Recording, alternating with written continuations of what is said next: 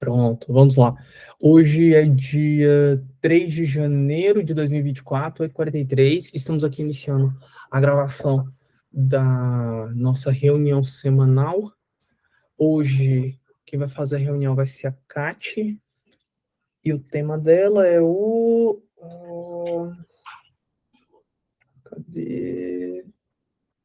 Quem cuida da mente, cuida da vida. Obrigado, eu acho que era isso mesmo. Quem cuida da mente, cuida da vida, sobre saúde mental. Exato. Janeiro branco, se eu não me engano. Isso, exato. Quem cuida da mente, cuida da vida. Janeiro Branco, como cuidar da sua saúde mental, com a Catiane Fagundes. Né, isso. Pronto. Devidamente feito. Tá aqui registrado. Aí depois é só a gente manter isso daqui. Depois eu disponibilizo lá no Drive quando possível. Então pronto, Lucas. Já tá lá. Tá aqui sendo gravado. Qualquer coisa é só gritar, tá bem? Só te gritar. Tô com o WhatsApp aberto aqui. Gritar mais ou menos. 9 horas. Daqui a pouquinho eu tô começando meu culto no lar. E aí só às 10 que eu vou estar apto novamente. Se preocupa não, acho que não vai ter nenhum grande desafio, assim, um problema gigantesco que, sei lá, precise recorrer aos universitários. Tá bem. Acho que talvez vai estar Pronto. tranquilo. Beleza. Então, tô saindo aqui, Lucas. Fechou. Até e até mais. Falou. Falou, até já.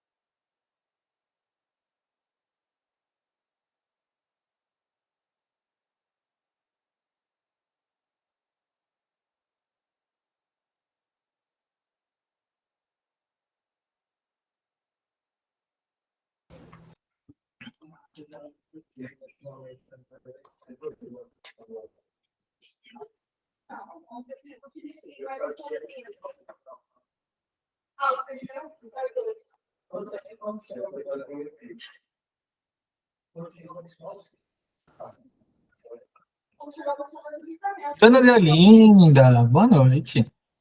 Olá, boa noite. Você tá bem? Parabéns. Obrigado. Aí, ó, fazendo anos hoje. Que Ficando um bom. pouquinho mais velho, um pouquinho mais velho. É só um pouquinho. Não, mas isso aí ainda tem tanta coisa.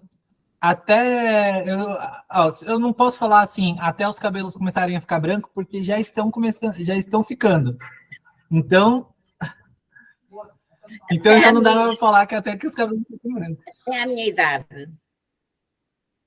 Então, até a sua idade, ainda tem chão. Ainda tem bastante coisa. Espero viver metade das experiências que você viveu quando tiver a sua E idade. eu espero que tu vivas muito mais, muito boas, com muita saúde, com, Ah, é isso. com essa energia que tu tens, tão positiva, tu és maravilhoso. E com essa É isso. É capacidade manter, né? Eu quero chegar exatamente com esse bom ânimo, com essa energia. Até porque quando a gente vai chegando no final da vida, é que a gente percebe de que é vivendo um dia de cada vez. Claro. É assim que deveria ter sido desde o início. Pois é. Sem ficar se preocupando com amanhã, sem ficar se preocupando com ontem, entregando nas mãos de Deus e só vivendo, né? Pois, mas sabes que na minha idade fomos criados de uma maneira diferente, foi tudo muito diferente. Eu só conheci o Espiritismo aos 50 anos e tu foste um felizardo por conhecê-lo com essa idade que tens, já que tens o conhecimento que tens. Eu sinto muito orgulho em ti. Eu juro que eu também fico muito feliz de ter conhecido o Espiritismo, ter conhecido todo esse mundo com 27 anos. Olha isso, com 27 anos. Bom, eu fui o Agora dobro. é colocar em prática, né? Tem tanta gente que passa a vida inteira só estudando, não coloca em prática. Eu quero viver tudo isso. Mas obrigado por ter lembrado. E aí, Catiane, tudo bem? Olá, feliz Olá, aniversário! Muito obrigado. Aí, tava falando para dona Deolinda, eu falei assim, nossa, eu tô ficando mais velho, e eu falei de que até chegar na idade dela, eu espero estar com uns cabelinhos brancos também. E já estão ficando. Eu puxei meu pai. Já tem um monte de cabelinho branco aqui, porque meu avô, ele tem o cabelo assim, de neve. Isso é sabedoria.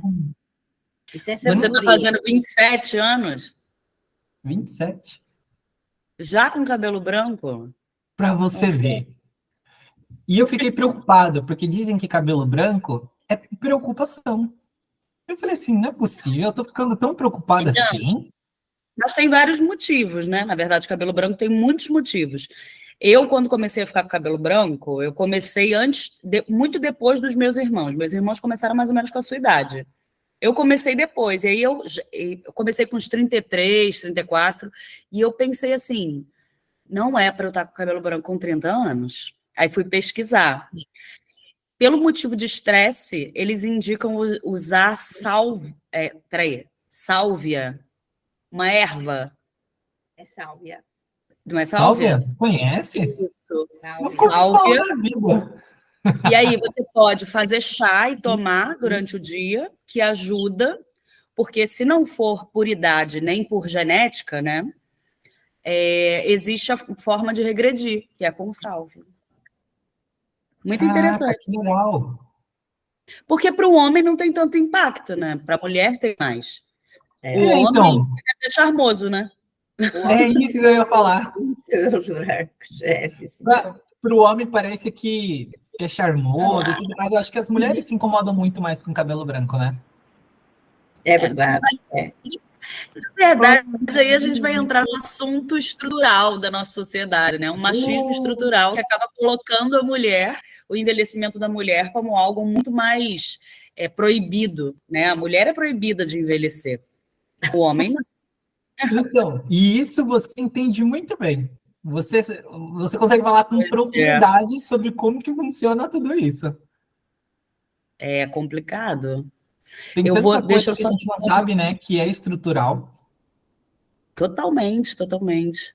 Mas assim, mas eu acho que aos poucos nós vamos desconstruindo isso, né? Eu acho que isso está muito melhor. Por exemplo, existe um movimento entre as mulheres que estão no movimento feminista de deixar o cabelo natural. Então, assim, mulheres com 30 e poucos, 40 anos, com bastante cabelo branco e, assim, assumindo isso, né? Isso E isso é é interessante. maravilhoso. Pois é. Exatamente Aí essa os homens, bravura delas. e os homens vão lá e fazem o nevô, né? Aí, ó, você viu? E muitos deles com 17 anos, com E que 15 mulher anos. que vai pintar o cabelo de branco? Quando isso, gente? Nunca. Nunca. Vai colocar tinta para manter ou a mesma cor do cabelo, ou tentar colocar qualquer outra cor. Menos Exatamente. deixar ficar branco. Eu brinco muito, eu falo, a gente não fica velha, a gente fica loura, né? Porque conforme vai É, tendo mais cabelo branco, eu vou clareando mais o tom do louro. vai chegar uma hora que vai ficar branquinho, você vai falar, ah, isso É, aqui é um novo tom de loiro. pronto, Um novo O tom, meu é o está mais claro que tem. é O meu é verdade. mesmo natural, está mesmo natural já. Pois é, e acaba ficando bonito.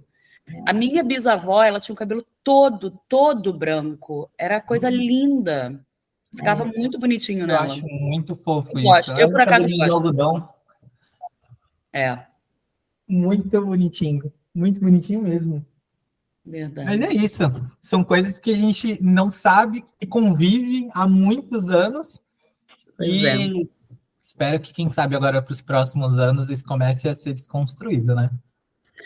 Mas eu acho que isso é muito longo prazo, né? Assim, tudo que tem a ver com uma mudança dentro da nossa sociedade é muito mais a longo prazo do que algo individual, né? Sim. Eu fico Individual só pensando. depende da gente. O Exato. processo de desenvolvimento social é bem mais demorado, Mas o bom é que se todo mundo começar a mudar, um de cada vez, a gente muda a sociedade. Exatamente. Mas é Verdade. difícil. Porque, assim, eu acho muito legal as mulheres que deixam o cabelo branco, mas eu não dou conta, entende? Uhum. Quando começa a aparecer muito meu cabelo branco, eu fico incomodada demais. Então, é algo que, tipo assim, eu tô tão submersa na sociedade que é algo que eu ainda não consigo romper, entende? Mas isso é Ah, normal. isso que eu ia Pois é. falar.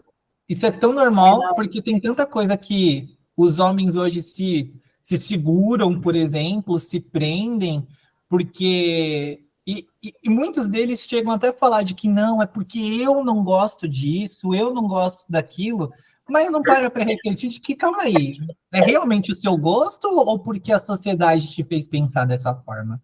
E tem tanta coisa que a gente nem dimensiona. Eu gosto muito de estudar o masculino, ao contrário da maioria das psicólogas mulheres que acabam gostando de estudar o feminismo, né?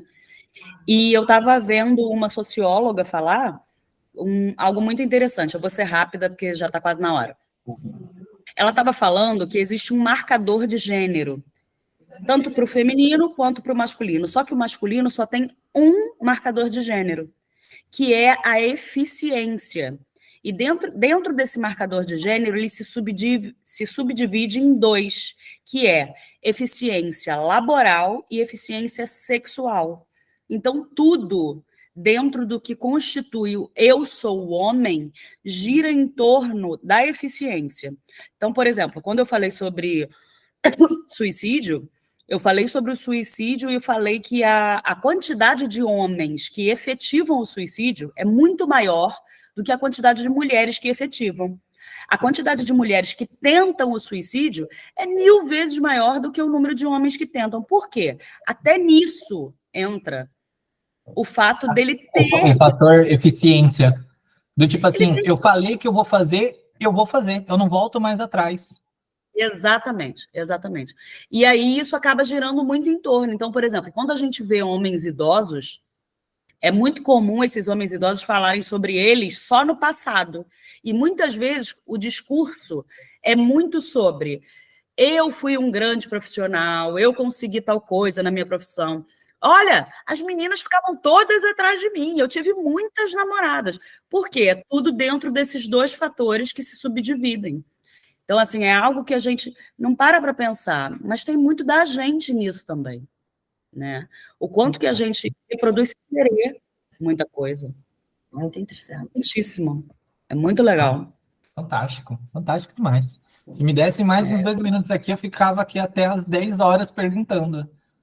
Eu adoro. Eu tenho que me segurar. Deu Eu 9 adoro. horas. Deixa eu só ver se mais alguém vai entrar. Eu remandei o link lá nos grupos.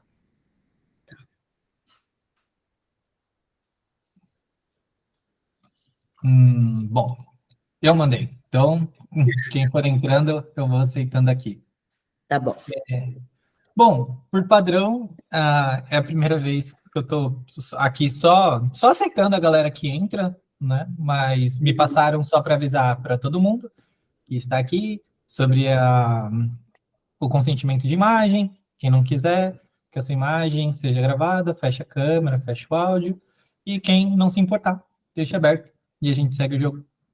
Tá bom? Perfeito. E antes da gente começar, vamos fazer uma prece para a gente se acalmar. Então, tá bom. Então, vamos lá. Bom, vamos aproveitar esse momento para nos conectar primeiro com nós mesmos, nos acalmando, nos asserenando. Vamos chamando mentalmente os nossos anjos de guarda, pedindo para que eles estejam ao nosso lado. Vamos nos conectando com toda essa espiritualidade amiga que veio nos auxiliar em mais esse trabalho lindo de auxiliar o nosso próximo, de auxiliar a todos que buscam ajuda, pedindo para que a espiritualidade nos envolva e que nos inspire. Vamos elevando os nossos pensamentos até Maria, pedindo para que essa mãe amorosa nos envolva com seu manto de amor e que nos leve até a presença de Jesus, nosso Mestre. Mestre, pedimos para que você esteja conosco em mais esse momento de troca, mais esse momento de aprendizado, que nos inspire, nos fortaleça, nos proteja e que nos leve até a presença do Pai da vida. E Pai, estamos aqui mais uma vez, fazendo aquilo que você nos deixou como missão, levar a boa nova, ajudando os nossos irmãos e irmãs a serem melhores. Pedimos para que você esteja conosco em mais esse momento de troca, com a oração que o Mestre nos deixou. Pai nosso que estais no céu, santificado seja o vosso nome, venha a nós o vosso reino, e seja feita a tua vontade, aqui na terra como nos céus. O pão nosso de cada dia nos dai hoje. Perdoa, Pai, as nossas ofensas, assim como nós perdoamos a quem nos tem ofendido. E não nos deixe cair em tentações, e nos livre de todo e qualquer mal. E assim seja, graças a Deus, e graças a Jesus. Todos muito bem? Entraram mais 2 pessoas. Denise e a Fernanda. Tudo bem? Boa noite. Boa noite, boa noite. Só repassando o que eu tinha falado antes sobre consentimento de imagem, porque entraram 2 pessoas novas aqui.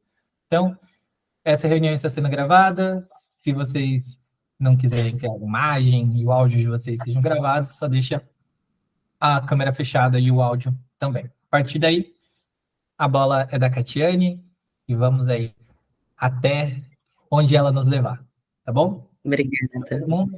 Vamos lá. Lucas, eu vou te pedir um favor. Quando eu coloco a minha apresentação, eu não vejo vocês. Então, caso alguém mande mensagem no chat, só para me sinalizar, tá Excelente. bom? Pode deixar. Se vocês tiverem alguma dúvida, quiserem falar durante a apresentação, pode me cortar, a gente fala. Não faz isso. Quiser colocar algum posicionamento, alguma coisa que está pensando, alguma reflexão ou alguma dúvida. O que eu puder e o que eu souber, eu vou ficar muito feliz em poder atender. Meu nome é Catiane Fagundes, para quem não me conhece. Eu sou psicóloga e terapeuta aqui em Portugal também. Eu assumi essa nova atividade laboral também. No Brasil, eu sempre fui só psicóloga e aqui eu ampliei um pouco o meu campo. Hoje a gente vai falar sobre saúde mental. Porque existe um movimento que se chama Janeiro Branco, que é um movimento de estímulo para que a gente fale sobre saúde mental, para que a gente cada vez mais entenda o que é saúde mental e possa, de alguma forma, nos atender para que estejamos bem dentro do que é possível da nossa vida, das condições que nós temos, para a gente poder se desenvolver da melhor forma. Vou colocar a apresentação, vocês me sinalizam se está tudo ok? Ecrã inteiro.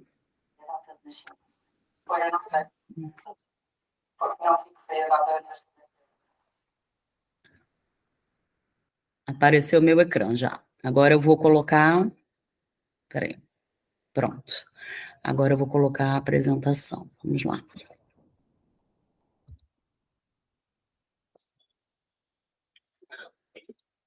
Bem, aí tem a frase: quem cuida da mente, cuida da vida. Na verdade, tudo que a gente fala sobre saúde mental, a gente está falando de saúde, porque no final das contas existiu uma necessidade dentro do nosso desenvolvimento social, como estávamos falando anteriormente, de dividir. Foi importante dividir a saúde mental, a saúde física, e quantas saúdes a gente puder nomear. Por quê? Até por uma questão de entendimento e de especialização dos profissionais. Então, uma pessoa que vai lá e se torna médica, hoje, ela escolhe uma especialidade dentro da área médica. Então, ela vai estar tratando o corpo, mas ela se forma médico e depois ela escolhe ser ortopedista, ou ela escolhe ser angiologista, ou, enfim, qualquer especialidade. E, na verdade, esse exemplo que eu estou dando é para ficar mais fácil, que em determinado momento houve uma cisão entre um aparelho que é único, que somos nós somos integrais. O corpo e a mente estão juntos. Então, quando a gente fala de, por exemplo, doenças psicossomáticas, existem doenças que hoje já têm estudos suficientes para que faça essa união novamente. Mas se a gente for parar para pensar, todas as doenças passam pela parte psi, porque a gente não está separado. A nossa parte emocional, a nossa parte mental, ela está totalmente integrada com a nossa parte física. Uma interfere na outra. Então, se eu pego e... Vou dar um exemplo pessoal. Estou com pedra na vesícula. Pedra na vesícula me dá crises. Pedra na vesícula, crises de dor. A pedra na vesícula me dá preocupação, porque em algum momento eu vou ter que fazer uma cirurgia. Tudo isso mexe com a minha parte hormonal. E aí, quando a gente fala, por exemplo, da parte hormonal, ó. Falei hormonal, né? Falei errado. A parte mental, a parte emocional, a parte mental. E o contrário também acontece. Por exemplo, uma coisa que hoje já tem muitos estudos sobre isso. Por exemplo, o cancro de colo de útero, a gente hoje já sabe que ele tem extrema relação, não só o de colo de útero, mas assim, os outros cancros também se relacionam com isso. Se relacionam muito com emoções como mágoa, rancor, falta de expressão. Eu falei do câncer de colo de útero porque é muito comum a gente associar ao fato das mulheres, aí entra essa questão também do machismo, feminismo, tudo isso, Dentro da nossa sociedade, existe uma estrutura que conduziu as mulheres a calarem determinados desejos e vontades. Então, a partir disso, a gente foi ensinada a se tolher em muitas coisas na parte emocional. E os estudos em relação a câncer de mama, câncer de colo de útero, todos levam a esse sentimento de opressão. E aí não necessariamente é uma opressão de uma outra pessoa para com a mulher, da própria mulher, que se oprime para que não desagrade, para que seja aceita, para que de alguma forma esteja atuando e se sentindo mulher. E isso faz muito mal. Então hoje a gente precisa desconstruir isso. Só que a gente precisa desconstruir isso em todos os âmbitos da nossa vida.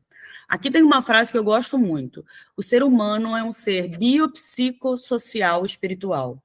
E a saúde mental depende profundamente de todas essas dimensões. Na verdade, todas essas dimensões nos constituem. A gente vai beber de todas essas fontes. A gente, enquanto ser humano, a gente vive em relação.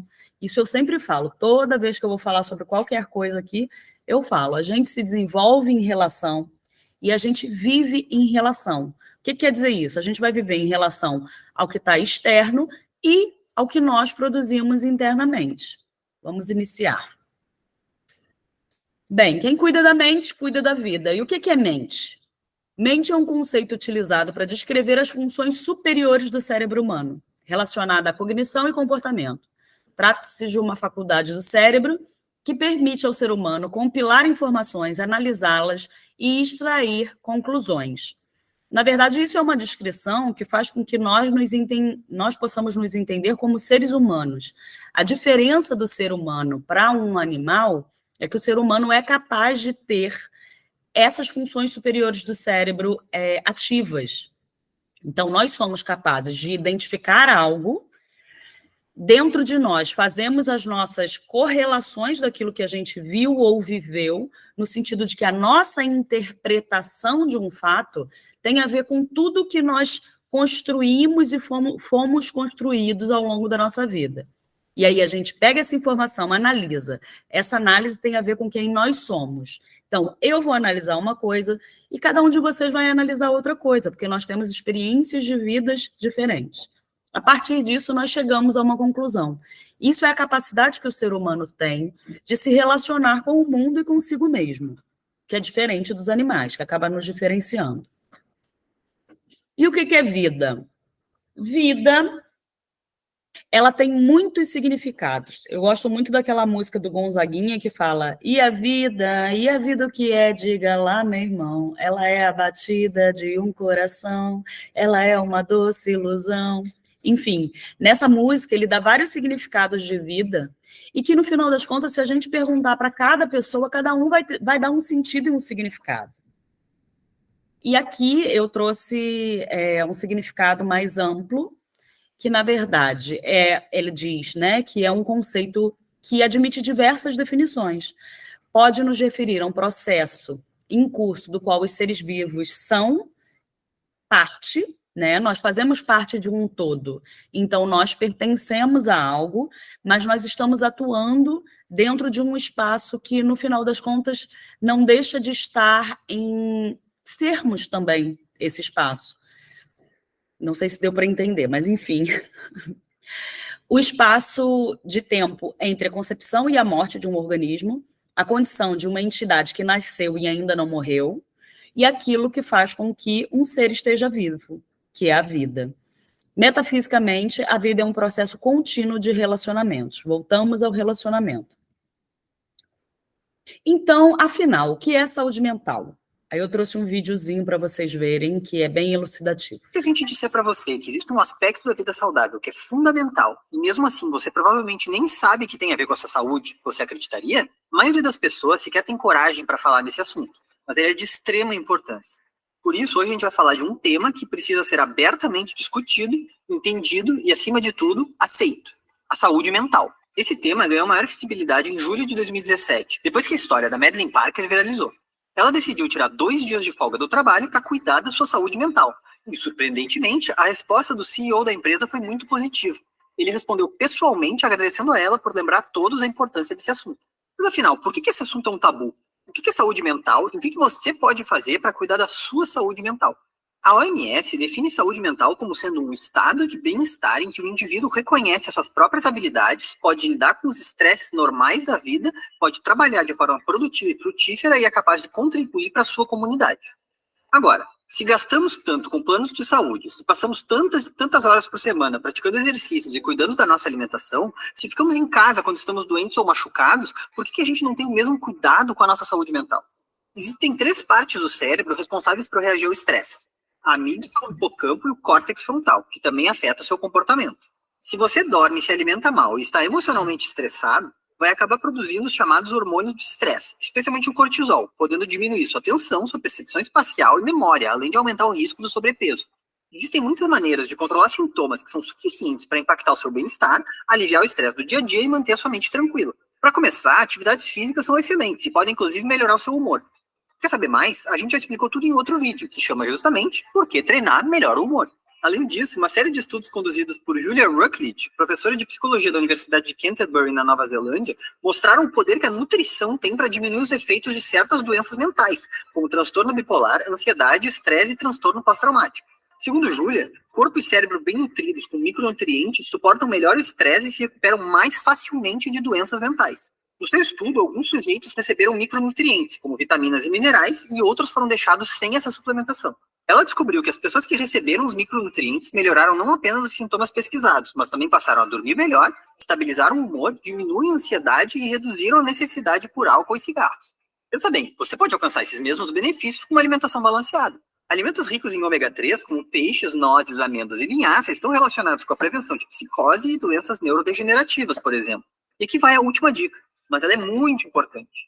Estudos apontaram que esse ritmo acelerado no qual vivemos não apenas nos dá aquela dorzinha de cabeça e nos deixa estressados, como também pode contribuir cada vez mais para o desenvolvimento de transtornos mentais, como ansiedade e depressão. Por isso, desconecte-se. Lembre de separar 1 horinha por dia para passear ao ar livre, para ler um livro, para meditar, para tirar uma soneca, para dar um descanso para sua mente, falando em linhas gerais. Existem muitos tipos e graus diferentes de transtornos mentais, sendo alguns dos mais conhecidos a depressão, os transtornos de bipolaridade e de ansiedade, transtornos alimentares, como anorexia e bulimia, transtorno obsessivo-compulsivo, conhecido como TOC, e a esquizofrenia. Esses transtornos são muito complexos e devem ser estudados a fundo porque deseja entender cada um deles. O que a gente quer é chamar atenção para a importância desse tema, para que cada vez mais pessoas se liguem que saúde mental é coisa séria e deve ser tão cuidada quanto a saúde física, já que, na verdade, nem faz sentido separar as duas coisas. Segundo a OMS, cerca de 20% das crianças e adolescentes ao redor do mundo sofrem de algum problema ou transtorno mental. E mais, cerca de 50% dos transtornos mentais têm início antes dos 14 anos. Na verdade, transtornos neuropsiquiátricos estão entre as principais causas de dificuldades funcionais em jovens. Além da dificuldade para dar sequência às atividades normais da vida, transtornos relacionados à saúde mental elevam o risco para o desenvolvimento de doenças cardiovasculares e diabetes. Um dos grandes problemas é que a gente não entende que um transtorno mental não significa que a pessoa esteja louca, com preguiça ou incapaz para o resto da vida. Por causa desse desconhecimento, muitas pessoas negam que elas mesmas ou alguém próximo sofre de um transtorno mental. Uma doença com diagnóstico e tratamento. E é assim que ela deve ser encarada. Agora pare e reflita por um instante. Você já conversou com seus amigos e amigas ou com a sua família sobre cuidados com a sua saúde mental ou com a saúde mental deles? A nossa dica é que você encoraje o diálogo no seu círculo de amigos. Se você fala sobre o novo treino da moda na academia, por que não falar sobre ansiedade e depressão? Saúde mental é coisa séria. Por isso pesquise, converse, demonstre empatia e, se necessário, procure um médico ou uma médica psiquiatra ou então uma psicóloga ou psicólogo. Esse profissional vai saber guiar você pelo melhor caminho. E aí, Legião, gostaram do vídeo? Já conversaram com seus amigos ou com suas famílias sobre cuidados com a saúde mental? Já tiraram alguns dias para esvaziar a mente? Como é que foi a experiência? Conta pra gente nos comentários. A gente precisa e quer muito falar sobre o assunto. E é isso aí. Forte abraço e até a próxima. É isso. E assim, como nós estamos falando de saúde mental, o vídeo fala muito o que nós podemos fazer fora da saúde mental para poder atender a necessidade da saúde mental.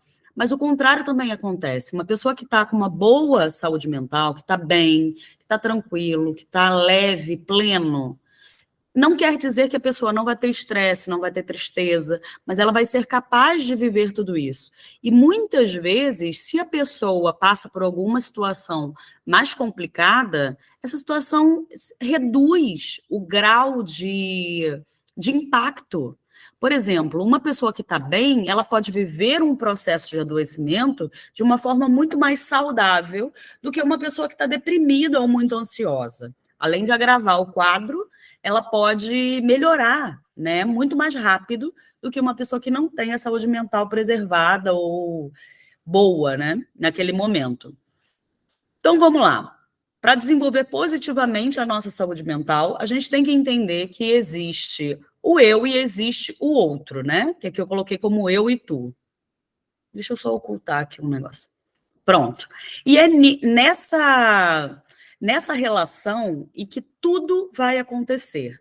Eu trouxe isso porque eu acho de extrema importância para a nossa saúde mental a gente começar a exercitar a identificação do que é nosso e do que é do outro. Muitas vezes a gente se vê dentro de determinadas situações que a gente só reage. E muitas vezes a gente usa o comportamento do outro como justificativa para a nossa reação. Eu vou dar um exemplo muito simples. Por exemplo, uma pessoa vai lá e é grosseira com a gente. E a gente pega e é grosseira com a pessoa. E a gente falou, a pessoa foi grosseira comigo inicialmente. Mas espera aí, quem é quem? Né? Então, peraí, se você, a partir do momento que a gente vai sabendo quem somos nós, desenvolvendo o nosso autoconhecimento, a gente é capaz de identificar que grosseria não faz parte do nosso processo de vida. Eu não sou essa pessoa. Eu sempre dou esse exemplo, porque é algo que foi bem marcante para mim. Eu lembro na minha adolescência que meu pai falava exatamente assim para mim. Catiane, você sabe que tudo isso que você está fazendo para as suas amiguinhas, nenhuma delas faria por você. E eu falava assim para ele, se elas vão fazer ou não vão, isso são elas. Agora, se eu faço é porque isso sou eu. Né? Então, a gente tem que ter muito claro quem somos nós para que a gente seja capaz de nos diferenciarmos do outro. E isso traz uma plenitude que vocês não fazem ideia.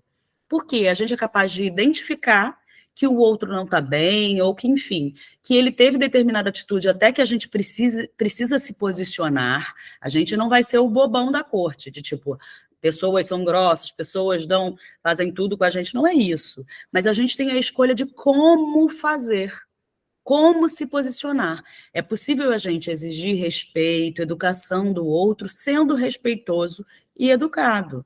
Então, assim, se eu ajo da mesma forma que o outro, de alguma forma, eu estou concluindo que eu também sou aquilo. Então, assim, muitas vezes a gente justifica nossas atitudes pela atitude do outro, mas ok, se você também for aquilo, tudo bem, você precisa só decidir o que você vai fazer. Aquilo está te fazendo bem? É uma reação que faz bem para você e faz bem para as suas relações? Como é que isso funciona na prática? Agora, se você não se identifica, não. Alguém chamou? Alguém levantou a mão? Você ouviu o barulhinho, né? Ouvi. Barulhinho eu escuto. É isso. Aí, ó, tá vendo? Então, quem precisar fazer uma pergunta, é só levantar a mãozinha que ela ouve o barulho. Fui eu mesmo que levantei a mão Pode para falar. fazer a pergunta. Você está falando sobre a questão da reação, e aí eu queria que você elucidasse melhor para a gente uma outra situação. E quando a sua preocupação é com o que o outro vai pensar de você? Isso afeta a sua saúde mental e como que você sai dessa situação? Totalmente, Lucas. Isso afeta muito a sua saúde mental. Só que isso tem tudo a ver com o que eu estava falando. Na verdade, quando a gente se preocupa com a reação do outro, a gente está entendendo que existe uma reação correta. Quando a gente começa, a gente que qualifica tudo na nossa vida, nada vem qualificado. Isso quer dizer que, quando a gente fala que sentir dor é ruim, é porque, de alguma forma, a gente deu essa qualidade para a dor. Existem pessoas que gostam de sentir dor. Então, quando a gente começa a se preocupar com o que o outro vai achar, com o que o outro vai pensar e como o outro vai reagir, a gente está saindo da gente. A gente é o centro. A partir do momento que a gente entende que a gente é capaz de responder a qualquer reação do outro, a gente pode se posicionar da forma que nós achamos a melhor possível, sabendo que a gente é capaz de sustentar as consequências daquela reação. Quando o outro reage de uma forma positiva, isso traz para a gente uma afirmação de quem nós somos. Quando o outro reage de uma forma negativa, faz com que, de alguma forma, a gente se sinta invalidado dentro do nosso posicionamento. E quando a gente se sente invalidado dentro do nosso posicionamento, quer dizer que a gente ainda não tem muita certeza de quem nós somos. Por quê? Independente do outro dizer para a gente, isso é legal, ou ficar com raiva diante de um posicionamento nosso, se a gente realmente estiver acreditando naquilo que a gente está fazendo, estiver seguro no sentido de que eu estou fazendo isso, estando certo ou errado, eu vou bancar a consequência disso. A gente vai se tornando cada vez mais tranquilo em relação ao que o outro vai pensar, como o outro vai agir ou como o outro vai reagir. Porque a gente sabe dos nossos valores e das nossas motivações. Motivação, eu gosto muito dessa palavra, porque ela diz, é um motivo para a ação. Se a gente entende os motivos que a gente tem para as nossas ações, a gente começa a entender que a reação do outro é uma consequência da nossa ação. E a gente tem que estar disposto a entender que nem sempre essa consequência vai estar afirmando a gente. E quando não está afirmando? É um mecanismo, mais um mecanismo para o nosso autoconhecimento. Quando alguém não me reafirma, eu paro para pensar na verdade dessa outra pessoa. Será que faz algum sentido para mim também a verdade que essa pessoa traz? É aí que eu falo que o nosso crescimento e o nosso desenvolvimento sempre está atrelado a uma relação. Por quê? Porque dentro dessa relação é onde a gente vai ser confirmado ou não. E quando a gente não é confirmado, a gente se depara com a nossa verdade. Quando a gente é confirmado, a gente não questiona as nossas verdades. Quando a gente não é confirmado, a gente questiona. Claro que eu já estou falando de uma pessoa minimamente com uma saúde mental em dia. Por quê? Uma pessoa que não está com a saúde mental em dia, provavelmente ela vai ficar extremamente afetada com a falta de validação do outro, e muitas vezes isso pode piorar determinados quadros. Por exemplo, a depressão e a ansiedade. Muitas vezes ela vem dessa preocupação do que o outro vai agir ou reagir, e quando nós não somos afirmados na nossa verdade, isso faz com que a gente imediatamente, quando a gente está dentro de processos mais patológicos, vamos colocar assim, a gente acaba se subjulgando, colocando a nossa verdade como menor, e como se nós não tivéssemos capacidade de lidar com as adversidades da vida, porque no final das contas, ser ou não ser afirmado na nossa verdade, ou no nosso comportamento, tem a ver com isso, com qual é a nossa verdade de vida, quem somos nós nesse momento, nessa posição. Então, quando eu faço ou falo algo que uma pessoa me traz um retorno negativo, muitas vezes eu vou parar, vou pensar, e algumas delas eu vou falar, caramba, você está certo, fiz bobagem. Me desculpa, enfim, cada situação remete a algo, mas assim, eu vou ver se eu consigo fazer diferente disso. E até se observar, é possível fazer diferente disso? E se não é, por que ainda não é possível?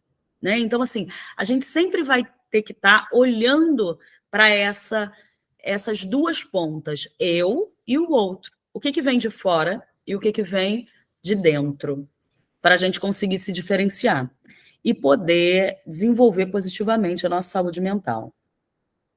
Vamos lá, quem somos nós? Né? Ali eu falei do eu e do tu. Então, quem é você? Quem somos nós? Nós somos um conjunto de coisas. Essa imagem eu trouxe porque eu acho que ela dá uma ilustrada bem no que eu quero dizer. Nós somos a pessoa que sente, a pessoa que ama, a pessoa que tem raiva, a pessoa que trabalha. A pessoa que é filho, é pai, é irmão, é amigo, é companheiro, é adversário. Nós somos muitas coisas e tudo isso nos compõe. Então, dentro do nosso processo de composição da saúde mental, a gente também vai estar em relação com tudo isso que nós somos. Como é que a gente vai saber quem somos nós se a gente não entender como a gente lida com tudo isso? Então, são temas e aspectos da nossa vida que a gente precisa olhar para a gente saber como é que a gente lida. Às vezes, a gente se vê como um grande amigo, por exemplo, mas eu percebo que eu não tenho tanta eficiência como mãe. Eu tenho algumas coisas que eu poderia melhorar como mãe. E por que que eu não tenho? E aí, isso vem muito de como nós fomos construídos nessa vida. E a gente precisa olhar para isso, para a gente saber quem nós somos, né? Um outro videozinho que eu adoro.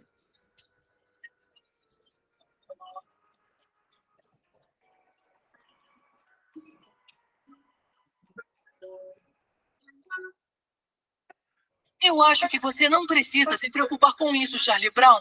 Afinal, a ciência mostrou que o caráter de uma pessoa só fica definido depois dos 5 anos de idade.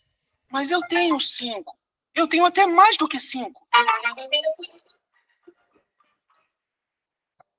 Você sabia que Charlie Brown nunca venceu uma partida de beisebol? Nunca conseguiu colocar uma pipa no ar? Nunca venceu uma partida de damas? E nunca conseguiu arremessar uma bola de futebol? Às vezes eu duvido da capacidade dele. Acho que o Charlie Brown tem mãos bonitas. É realmente uma vida de cão. O mínimo que o Charlie Brown podia fazer era começar meu dia com chá e torradas.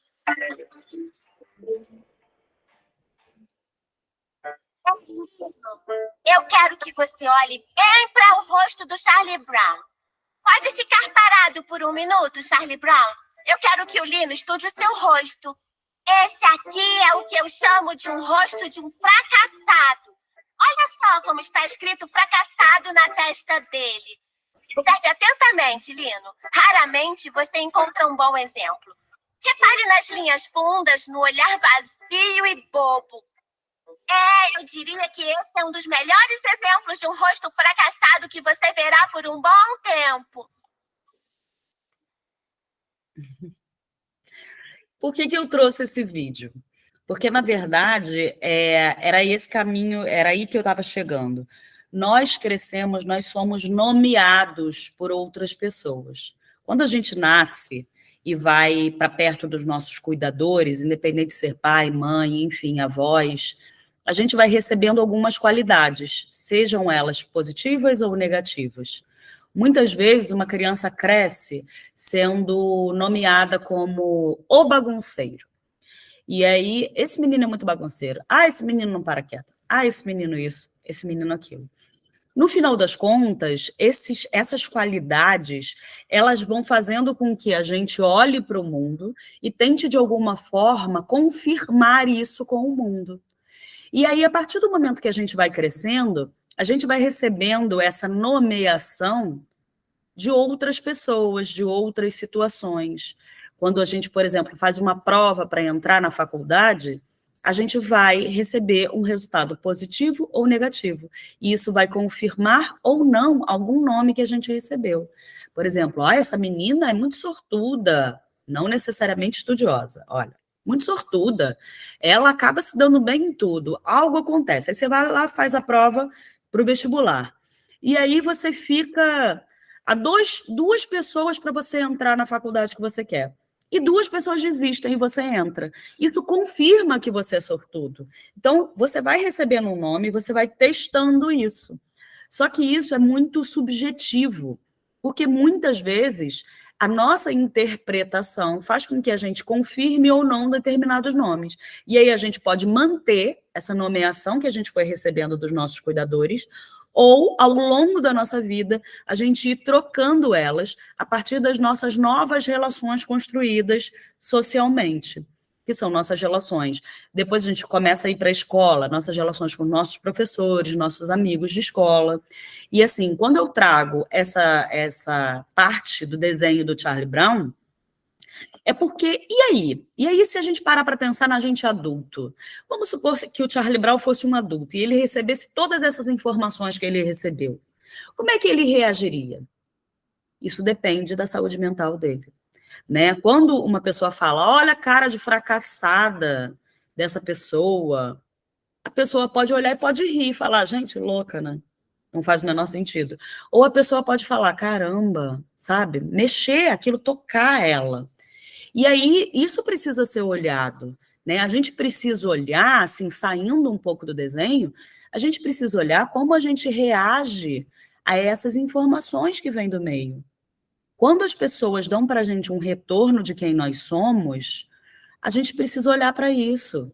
A gente precisa olhar para isso com carinho. Pode falar, escutei de novo. Você já sabe quem é, né? Eu falei, vou dar a abertura que eu vou fazer tanta pergunta. Mas pode falar.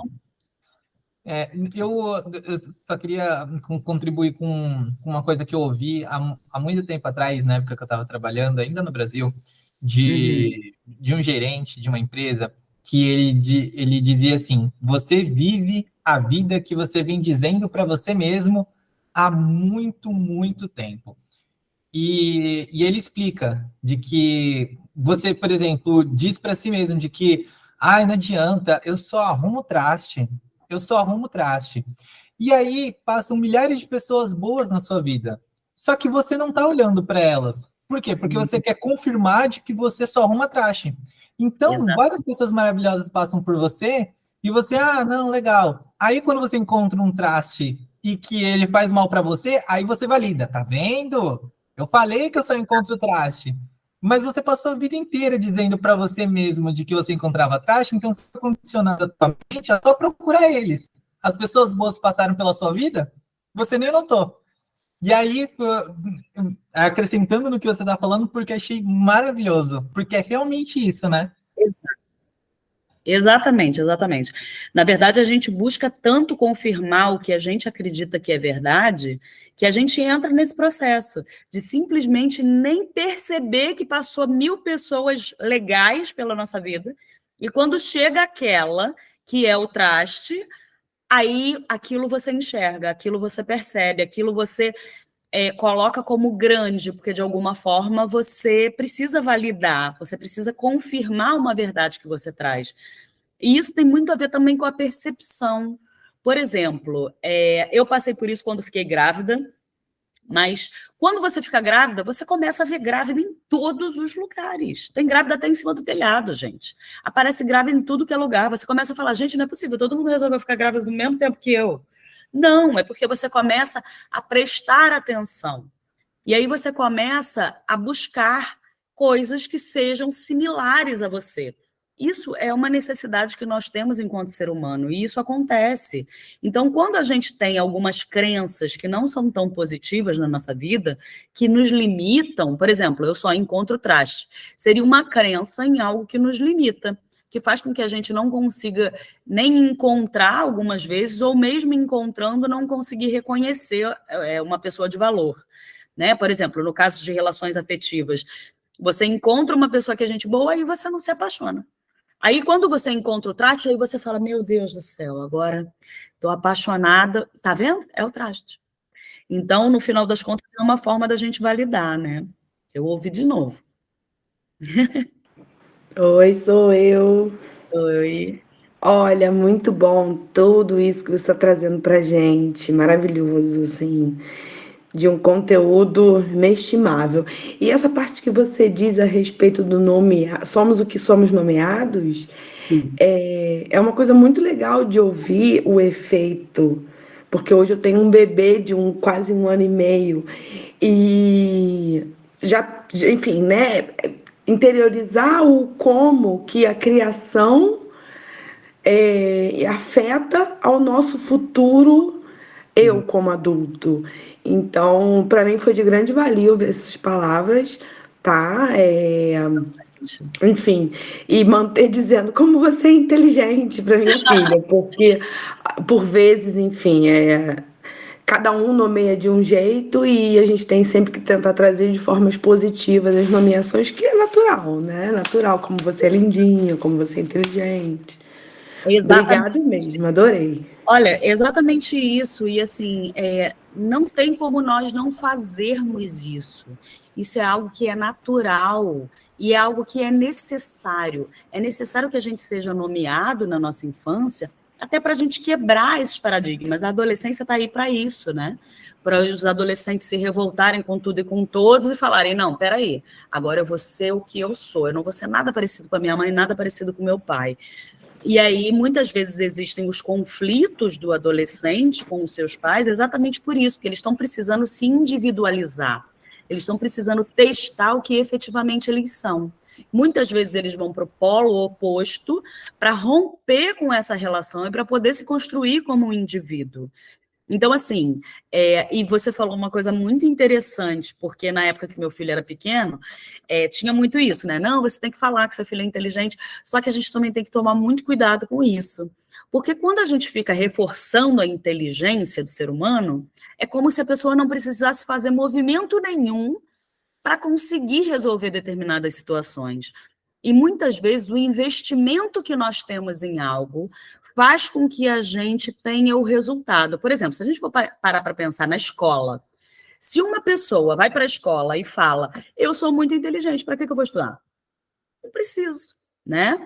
Então, assim, muitas vezes a gente precisa também reforçar, quando a gente está falando de crianças, o investimento que ela teve para conseguir algo. Então, por exemplo, uma criança que tenta fazer um quebra-cabeça e não consegue. Quando ela é bem pequenininha, ela vai ficar com raiva e vai jogar tudo pro alto. E aí, nós, enquanto cuidadores, a gente vai chegar e vai falar, não, a gente vai tentar até conseguir. Eu usava uma frase muito para o meu filho que era assim, só não consegue quem desiste.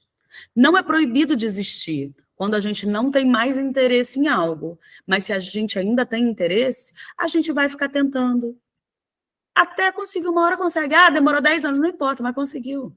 Não era? Você não continuou querendo por 10 anos? Então, continua. Então, na verdade, o nosso investimento nas coisas que a gente deseja também é de extrema importância. Então, assim, só para ilustrar também o que você está trazendo. Mas, assim, gente, tudo isso que eu estou trazendo é para a gente identificar que a gente precisa se reconhecer como uma pessoa e com essas qualidades que a gente traz. Quando a gente olha para a gente e fala, eu sou calma, eu sou irritada, eu sou uma pessoa fácil de lidar, eu sou uma pessoa muito difícil de lidar, a gente, de alguma forma, está colocando parâmetros para quando nós formos nos relacionar com o ambiente externo, e aí, quando eu falo ambiente externo, eu falo qualquer coisa. Vocês provavelmente já viram pessoas tropeçar na cadeira e xingar a cadeira. E vocês também já devem ter visto uma pessoa tropeçar na cadeira e pedir desculpa sem querer. Rapidinho, assim, desculpa. E nem viu que era uma cadeira. Enfim, então cada um vai agindo de acordo com o que identifica em si mesmo. A partir disso, a gente constrói as nossas relações com o mundo. Pode falar. Então, eu não sei se você vai entrar nesse assunto. Desculpa minha breve ausência por alguns momentos. Mas a gente tem formas de olhar para dentro de si, para a saúde mental, e conseguir ver, através de exercícios e tudo mais, coisas que nos oprimem, né, no íntimo, para que a gente consiga ter uma liberdade e aí descarregar, né? Porque o mental está carregado por alguma dada situação. Tem exercícios, tem formas da gente interiorizar. Claro, sempre tem, exercício sempre tem. Na verdade, isso é um processo que, na verdade, acontece dentro de um processo de terapia, né? O processo de psicoterapia, ele funciona exatamente com esse intuito. Mas, por exemplo, hoje em dia tem muitas pessoas muito boas nesse caminho, que é a narrativa criativa, que você faz uma narrativa livre sobre você, depois você reflete sobre aquilo que você escreveu, e ao longo do seu processo de vida, você vai escrevendo sobre coisas que te tocam, e você vai vendo aquilo de uma forma, é como se fosse uma forma poética de você ver o seu próprio ser. Quando a gente coloca no papel, isso eu também sempre falo, quem já viu outras vezes eu falando vai ser repetitivo, mas é porque isso é extremamente importante.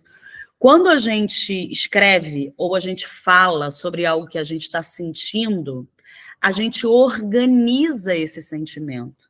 Conforme a gente vai falando sobre algo que a gente sente, a gente vai esbarrando nessas crenças, nas coisas que nos limitam, nas coisas que a gente acaba repetindo para poder se afirmar enquanto ser humano. Só que falar e escrever existem regras para que nós sejamos entendidos pelo mundo. Então, se eu for escrever, eu minimamente vou escrever num nível de regra que seja compreendido se uma outra pessoa ler. Isso faz com que a gente, sem querer, tenha uma organização psicoemocional diante do que a gente sentiu.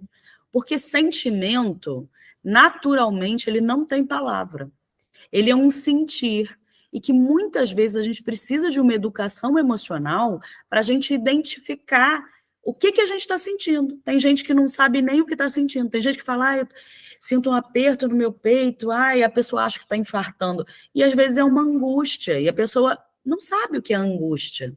Então, muitas vezes, quando a pessoa começa a descrever essa sensação, ela começa a organizar, até para a gente entender em que lugar desse processo a pessoa está, que tipo de ajuda ela precisa. Mas, assim, a escrita é um exercício que eu acho extremamente válido, mas o processo de autoconhecimento, para você esbarrar com tudo isso que pode estar atrapalhando ou até impulsionando, a psicoterapia é a mais indicada. Pode falar. Ninguém levantou a mão, gente? A Então, Fernanda, como é que ela está abrindo o áudio dela? Tá.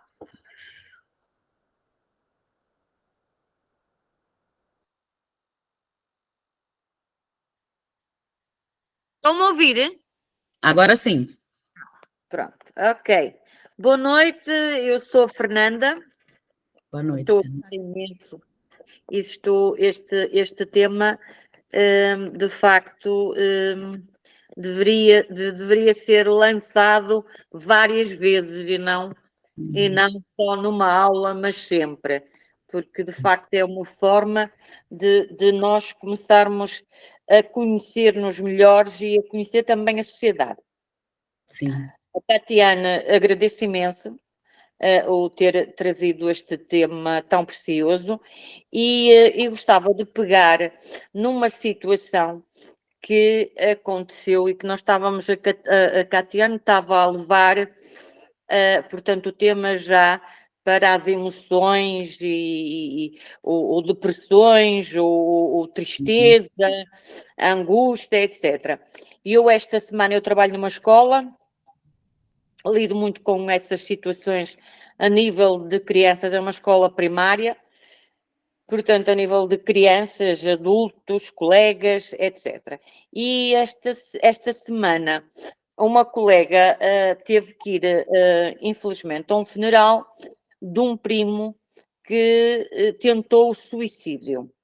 Tentou o suicídio, engraçado, ele suicidou-se, claro, por isso é que ela foi ao funeral, mas, segundo a autópsia, e aí está um caso que me levou a pensar, segundo a autópsia, ele, na altura do suicídio, deveria de ter-se arrependido que todas as mãos, quando os médicos legistas chegaram, ele estava com as mãos à volta da corda para tentar deslaçar. E curioso que a autópsia e o que é que eles disseram, os médicos, que ele morreu porque ao forçar tanto a corda para deslaçar, partiu a cervical. Ok. E pronto, uma pessoa com 45 anos. Pois o suicídio é uma das causas da saúde mental menos boa, digamos assim, não é? Sim. Porque estamos numa sociedade repressora, numa sociedade que não dá valor, portanto, às pessoas, digamos assim, e acho que andamos um bocadinho, eu não digo aqui a sobreviver, não é? que a palavra é assim um bocado forte, mas eu acho que às vezes andamos naquela de deixa ir. Uhum. Esse deixa ir, lá está, acaba por entrarmos num fosso e que às vezes não tem um final feliz, digamos assim, que é o caso desse acontecimento. Agora, onde eu queria chegar também é de que muitas das vezes também nós não damos valor, isto também entrando um pouco ao tema atrás, não damos valor muito às pessoas que estão ao nosso lado, à boa pessoa, mas ao traste. É verdade, muitas das vezes nós não queremos ser rotulados de bonzinhos, porque o ser bonzinho traz um dogma muito para a sociedade e para nós e para com quem vive ao nosso lado, traz um dogma assim, aquela expectativa muito alta, digamos assim, o bonzinho. E o bonzinho nem sempre é bonzinho, porque um dia o bonzinho pode se voltar e ser o mal. Portanto, este tema, de facto, mais uma vez, quero agradecer, é um tema muito bom e que deveríamos de ter, de falar isso constantemente para tentar alertar estas tais angústias, estas raivas, estes ódios que muitas das vezes nós vamos acumulando ao longo da nossa vida e tentarmos expor-nos mais um bocadinho para que saibamos lidar com essas situações, não é? Exatamente. O caso com as terapias, com leitura adequada acerca disso. Freud dizia que muitas das vezes o ser humano é o cordeiro vestido da raposa, digamos assim. E é um bocado isso. Portanto, nós, ao longo da nossa vida, vamos construindo diversas personalidades, não é? E cabe-nos a nós tentar desconstruir as más e deixar ao menos que a boa, entre aspas, não é? Consiga validar mais, não é? Sim, sem dúvida. Do que o mal, não é? Eu acho que aqui tem que ser doseado, nem tanto bom, nem tanto mau, tentar equilibrar para que lá está, não sejamos todos aquele conceito de a pessoa é boa demais ou a pessoa é má demais. Portanto, dosear e sobretudo ser sincera connosco e com as pessoas que nos rodeiam, porque se nós soubermos dosear essa parte da emoção, da sinceridade e da nossa consciência, principalmente da nossa consciência, que eu acho que é a principal ferramenta mental, é a nossa consciência. É o deitar, como ouvimos muitas vezes dizer, deitar a cabeça no travesseiro e dizer, ok, fiz o que achei que era melhor e o que sabia e como podia. Sim, exatamente. Concorda, Catiane? Concordo com tudo que você disse. E tudo isso está atrelado a você conseguir identificar quem você é. Quando a gente fica cristalizado em uma qualidade nossa, isso também pode prejudicar a nossa saúde mental. Quando eu entendo que eu sou só uma pessoa boa, só boa, eu vou ter que começar perguntando o que é ser bom para essa pessoa. Porque, no final das contas, a gente, enquanto sociedade, a gente traz algumas qualidades por trás dessa fala. Por exemplo, eu sou uma pessoa muito boa. Eu posso pensar que essa pessoa aceita tudo, Ou eu posso pensar que essa pessoa tem um olhar muito colorido para a vida, tipo, ela acha que a vida é muito maravilhosa. Eu posso pensar um monte de coisa sobre o que é ser bom. Então, cada um vai ter um valor sobre isso. E, no final das contas, ninguém é totalmente bom ou mal. Nós temos atitudes boas e atitudes más. E aí, quando a gente fala sobre atitude, a gente fala de comportamento e a gente fala de algo que é possível a gente mudar com mais facilidade. Quando a gente percebe que a gente tem um comportamento que não é bom, a gente pode olhar para esse comportamento, tentar identificar de onde veio o motivo para aquele comportamento, para a gente conseguir se posicionar diante de uma situação. Quando você começa falando sobre suicídio, é exatamente isso.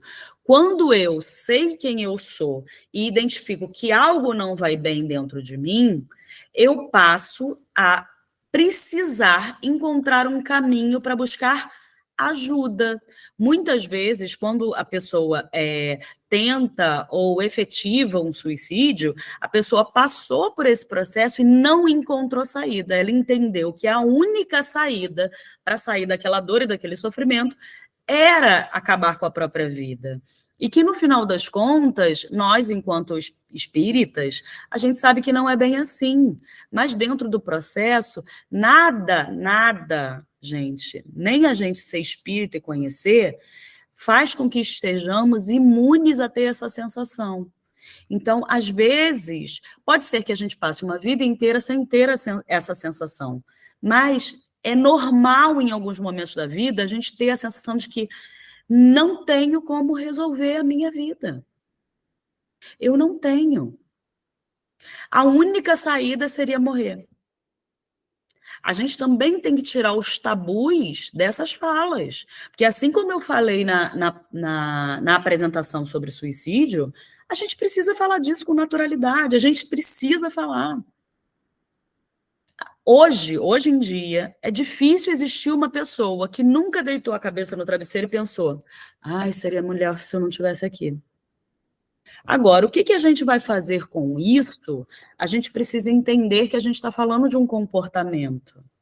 E aí, quando a gente olha para a gente e a gente escuta o nosso pensamento, a gente pode se posicionar diante dele e pensar: o que eu vou fazer com isso? E aí, dando sequência aqui, eu coloquei fronteira de contato. O que é fronteira de contato? Na psicologia, existem várias abordagens. Uma das abordagens a qual eu sigo, né, é uma abordagem que faz com que o meu trabalho aconteça, é a Gestalt terapia. A Gestalt terapia usa esse termo, fronteira de contato, para dizer realmente é uma fronteira. Pensa no limite do nosso corpo. Seria uma fronteira, certo? E nós temos uma fronteira no contato com o meio. Então, quando eu estou em contato com alguém, aquele alguém ele vai ter que estar fora da minha fronteira. Isso quer dizer que a gente precisa começar a identificar quais são os nossos limites emocionais também. Quando a gente começa a reconhecer quem sou eu e quais são os meus limites emocionais, a gente começa a se relacionar com o outro e com nós mesmos de uma forma mais verdadeira. Quando a gente olha, por exemplo, existem pessoas que não gostam de conversar o tempo todo. Existem pessoas que adoram. Então, a gente está falando de uma fronteira de contato, do limite de cada pessoa. E a gente precisa reconhecer esse nosso limite para que a gente possa se relacionar com o meio de uma forma mais eficiente. Lembra lá no início que a gente viu que a saúde mental ela tem a ver com a forma que a gente enfrenta os desafios, que a gente é capaz de enfrentar o estresse do dia a dia, os desafios do dia a dia, o nosso mal-estar e o nosso bem-estar? Eu nunca falo só o mal, porque algumas vezes é difícil lidar com uma coisa que é muito, muito, muito boa. Tem pessoas que acabam tendo comportamentos que não são tão positivos quando estão vivendo uma coisa que é muito positiva. Vou dar um exemplo, porque assim parece uma coisa muito solta. Vamos supor, uma pessoa vai lá e ganha no Euro Milhões. Isso, a princípio, a gente vai falar, caramba, que coisa maravilhosa! Ela não vai precisar se preocupar com a questão financeira. Pronto, eliminou uma preocupação. E aí essa pessoa passa a ser soberba, a humilhar os outros. Enfim, ela passa a ter um comportamento que não é positivo a partir de uma situação que, dentro do nosso olhar, é algo que deveria ser muito positivo. E isso pode acontecer dessa forma, que é uma forma até um pouco caricata, que eu trago para vocês, né, exagerada, mas isso acontece com coisas pequenas também, né? Muitas vezes uma pessoa recebe uma promoção no trabalho, uma coisa tão minúscula, e mesmo assim isso faz com que ela mude o comportamento diante de outras pessoas. Então, a gente precisa entender quais são os nossos limites, quais são nossas fronteiras de contato, até onde é possível permitir que o outro entre e até onde eu me sinto bem entrando no espaço do outro. Porque a gente vai conseguir se posicionar e ter uma saúde mental mais positiva durante o nosso processo de vida. Vamos lá, vivemos em relação. Esse vídeo é maravilhoso, eu acho que a maioria de vocês já deve conhecer, mas a Pichara é genial. E vamos ver o videozinho.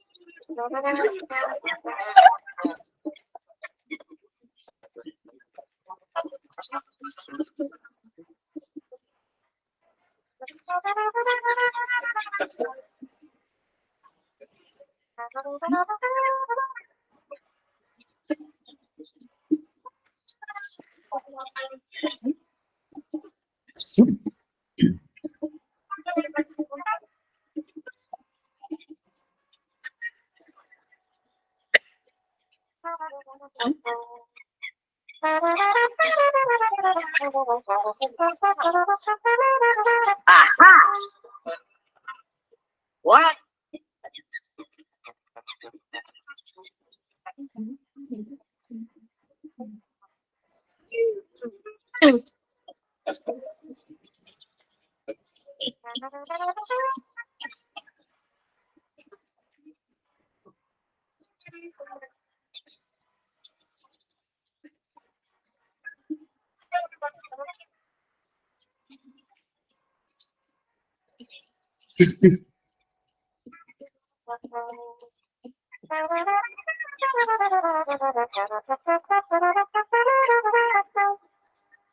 Esse curta, eu acho esse curta maravilhoso.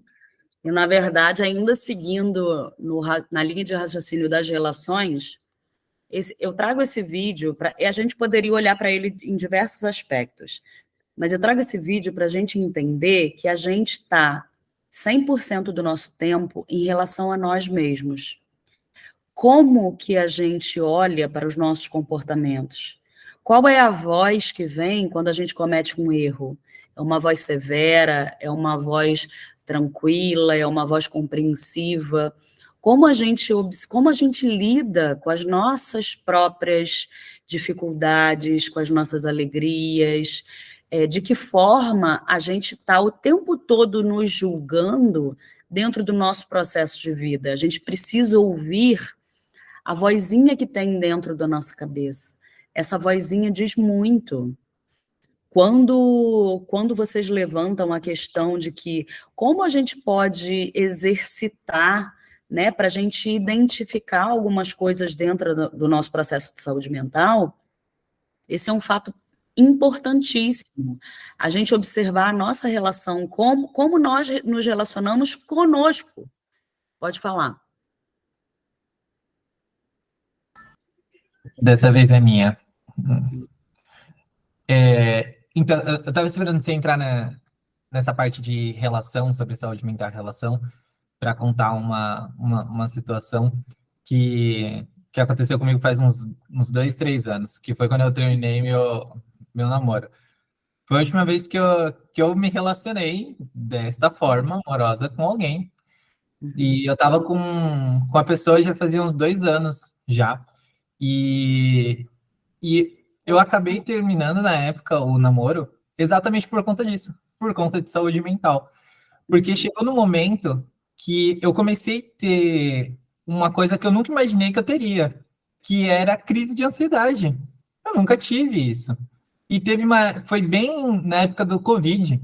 Eu achei que eu estava com Covid, porque começou a me faltar ar. Eu falei, ih, é Covid. Começou a faltar ar, é Covid. Fui no médico, fiz o teste, deu negativo.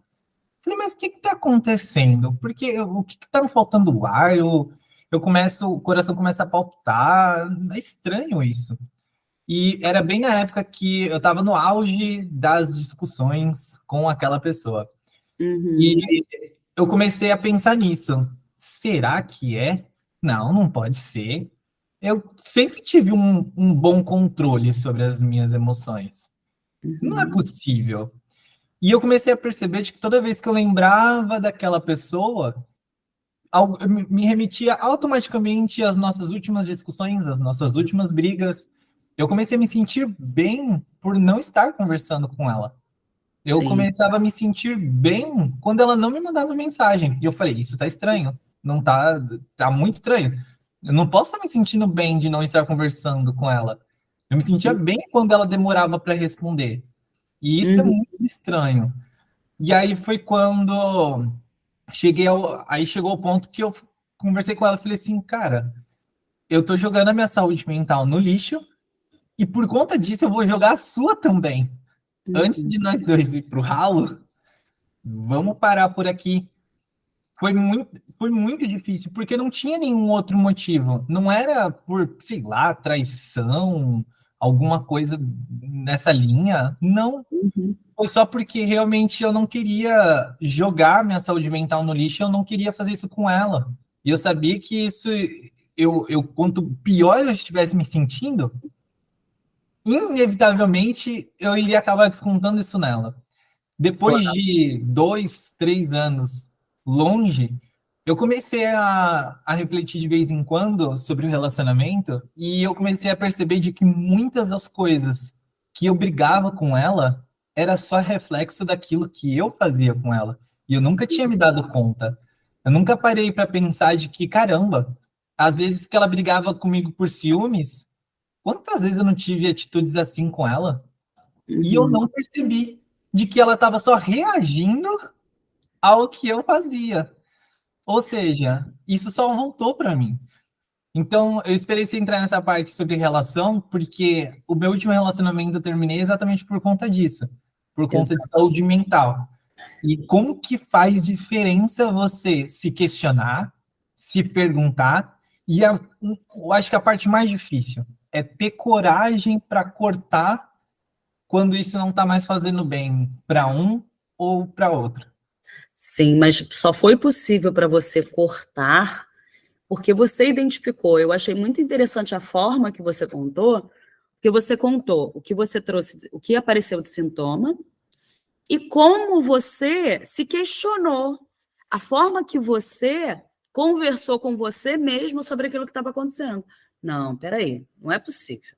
Eu sempre tive muito controle do que eu sinto, eu sempre consegui lidar com os meus sentimentos de uma forma bacana. Por que isso está acontecendo agora? Olha a forma que você conversou com você. Provavelmente foi mais ou menos nessa linha que você falou com você mesmo durante o processo. E aí, conforme você foi conversando com você foi chegando a conclusões. Não importa se as conclusões estavam certas ou erradas, mas, na verdade, isso tem a ver com a forma que você se comunicou com você. Você identificou um sintoma físico, que foi para o físico. Você reconheceu aquilo que estava acontecendo com você validou aqueles sintomas. Depois disso, você começou a tentar identificar de onde estavam surgindo aqueles sintomas. A partir do momento que você identifica que tem a ver com o seu relacionamento afetivo, você começa a questionar o seu relacionamento afetivo. Até quanto é válido a gente sustentar uma relação tendo consequências emocionais negativas, né? Tendo consequências na nossa saúde mental negativamente. E é claro, se um dos parceiros está com algum problema de saúde mental, é natural que isso afete minimamente ou muito o outro parceiro. Isso vai depender da forma que esse relacionamento se coloca, da forma que cada um se vê e de autoconhecimento, né? Tem de autoconhecimento. Então, quando você percebe que a forma que você estava lidando estava trazendo consequências negativas na sua saúde mental, que isso podia impactar também na saúde mental da outra pessoa, você começa a questionar essa relação. Vale a pena insistir em algo que está me fazendo mal? Tem gente que vai falar que vale, tá, Lucas?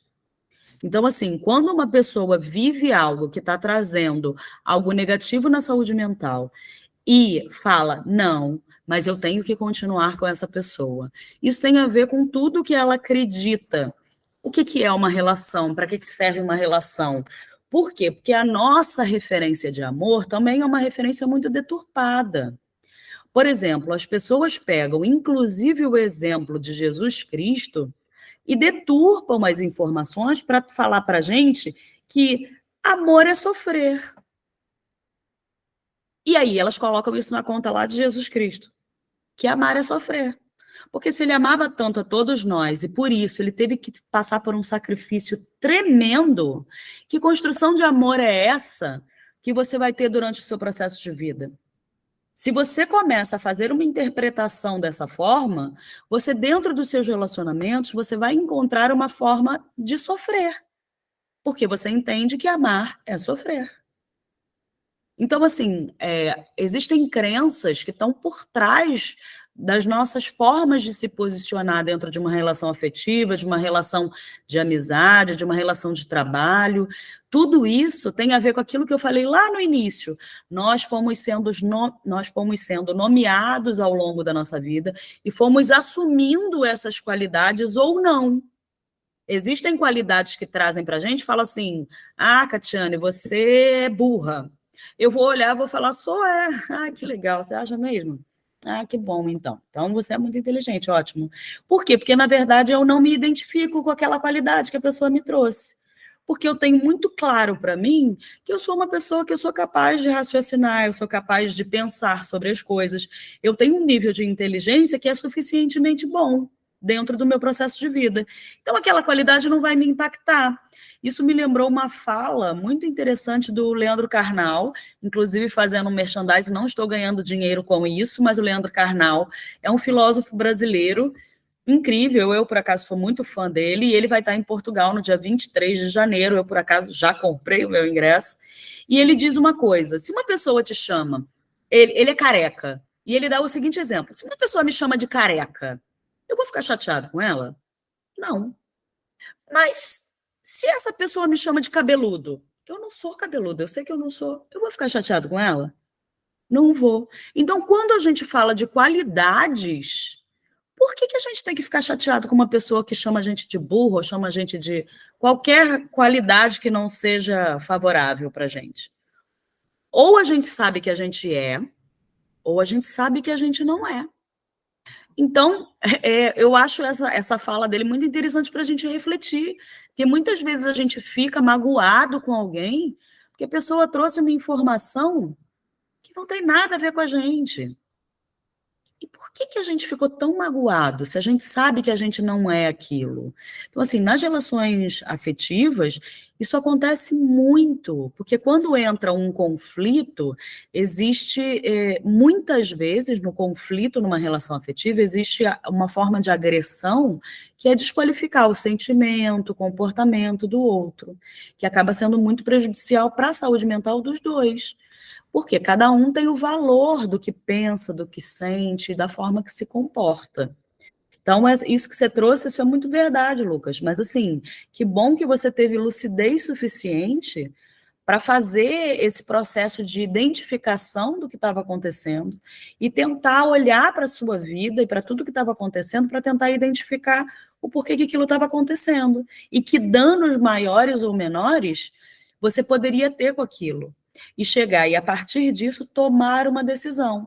Eu não estou aqui falando que a sua decisão é certa, percebe?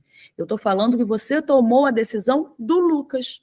Se fosse o João ou o Marcelo, talvez eles tomassem a decisão de, não, a gente vai resolver isso de uma outra forma. Então, se isso está me trazendo consequência negativa, vamos lá, vamos sentar e conversar. Isso está me trazendo isso. Sei lá, a gente precisa dar um jeito. Cada um teria um posicionamento e estaria certo na mesma, entende? Porque muitas vezes a gente entende que o rompimento é a única solução, mas nem sempre. Não existe, e eu também insisto muito nisso, não existe certo e errado. Existem formas de se comportar. A gente vai dar a qualidade de certo e errado para as nossas atitudes. É claro que eu não estou falando de coisas extremamente bizarras, por exemplo, algo que vá realmente trazer uma consequência muito impactante para um outro, enfim, que traga prejuízo muito grande para um e para outro. É algo que, quando você não tem certeza, é algo que você precisa sempre ficar com essa abertura, de que existem formas, você pode dizer sim e você pode dizer não, e as duas formas podem estar certas. Depende da pessoa que disse o sim e que disse o não. Talvez, se o Lucas insistisse nessa relação, fosse ser muito negativo. E eu suponho que seria, porque vocês perceberam quando ele falou sobre a conversa, o diálogo mental que ele teve? Se eu continuar nisso, eu posso também prejudicar a saúde mental dela, e isso vai virar uma bola de neve. Então, ele já tinha essa percepção. Provável que, se ele insistisse, isso realmente se configurasse. Por quê? Por algo que a gente já falou hoje. A gente tem a tendência de tentar confirmar as nossas verdades. E quando a gente tenta confirmar as nossas verdades, vamos supor que o Lucas tenha pensado isso, se a gente continua, a gente vai se matar emocionalmente. Ela vai me ferir, eu vou ferir ela, e ele continua nessa relação. Ele ia, que nem um radarzinho, ficar o tempo todo identificando as formas que eles estavam se matando emocionalmente naquela relação. E isso ia conduzir para um processo de morte da saúde mental de ambos, né? Morte no sentido de se tornar cada vez mais negativa, né? Mas foi um exemplo muito interessante, porque realmente, dentro de todos os nossos processos, a gente precisa olhar para a gente e conversar com a gente, para tomar as nossas decisões. E aí, como cuidar da nossa saúde mental? Bem, tudo isso que eu falei até aqui, isso quer dizer que a gente precisa se conhecer minimamente, para a gente conseguir identificar o que a gente sente, identificar como que a gente está em relação ao mundo. Eu costumo dizer assim, não tem como a gente ir para o Japão se a gente não sabe em que aeroporto a gente está. Então, se eu não sei se eu estou em Portugal ou se eu estou no Brasil, como é que eu vou saber que avião, que passagem eu vou comprar? Eu não vou saber. Então, isso tem a ver com autoconhecimento. Todo lugar que a gente quer chegar, a gente precisa saber onde a gente está. Se a gente olha para a gente e fala, a minha saúde mental está comprometida. Por quê? Eu estou com alteração de sono, eu fico estressada por qualquer coisa. Eu tenho uma interpretação da fala das outras pessoas e do mundo sempre muito negativa, negativa no sentido de que me traz tristeza, me oprime, eu fico com medo de ser quem eu sou na maioria dos lugares que eu estou. Isso tudo a gente precisa de um autoconhecimento para a gente saber que a gente está vivendo. A partir do momento que a gente tem um conhecimento mínimo de quem somos nós, e isso tudo, quando eu falo autoconhecimento, é a nossa reforma íntima. A reforma íntima nada mais é do que a gente trilhar o caminho do autoconhecimento. Independente da gente estar num processo terapêutico ou não, a gente está o tempo todo se autoconhecendo. Só que, isso eu também sempre falo porque é uma grande verdade, todo mundo chega onde tem que chegar, só que às vezes a gente consegue mais facilmente, com menos dor, quando a gente tem um acompanhamento. Então, assim, não quer dizer que é impossível ficar bem sem estar no processo de terapia. É possível, sim. Talvez seja um pouco mais demorado, porque a gente, olhando para nós mesmos, a gente é tendencioso, né? A gente tem a tendência em confirmar coisas que, no final das contas, às vezes não faz tão bem para a gente. É mais difícil a gente desconstruir alguns muros pessoais quando a gente está sozinho. Mas, enfim, tendo o mínimo de identificação de quem somos nós e quem é o outro, como a gente pode valorizar e melhorar a nossa saúde mental? Bem, tentando descobrir algo sobre si e sobre o mundo. O que quer dizer isso? A gente só descobre algo sobre nós mesmos observando a nós mesmos. Quando o orai e vigiai, né? Quando a gente vigia, a gente presta atenção. Aonde a gente coloca a atenção, a gente consegue descobrir coisas novas.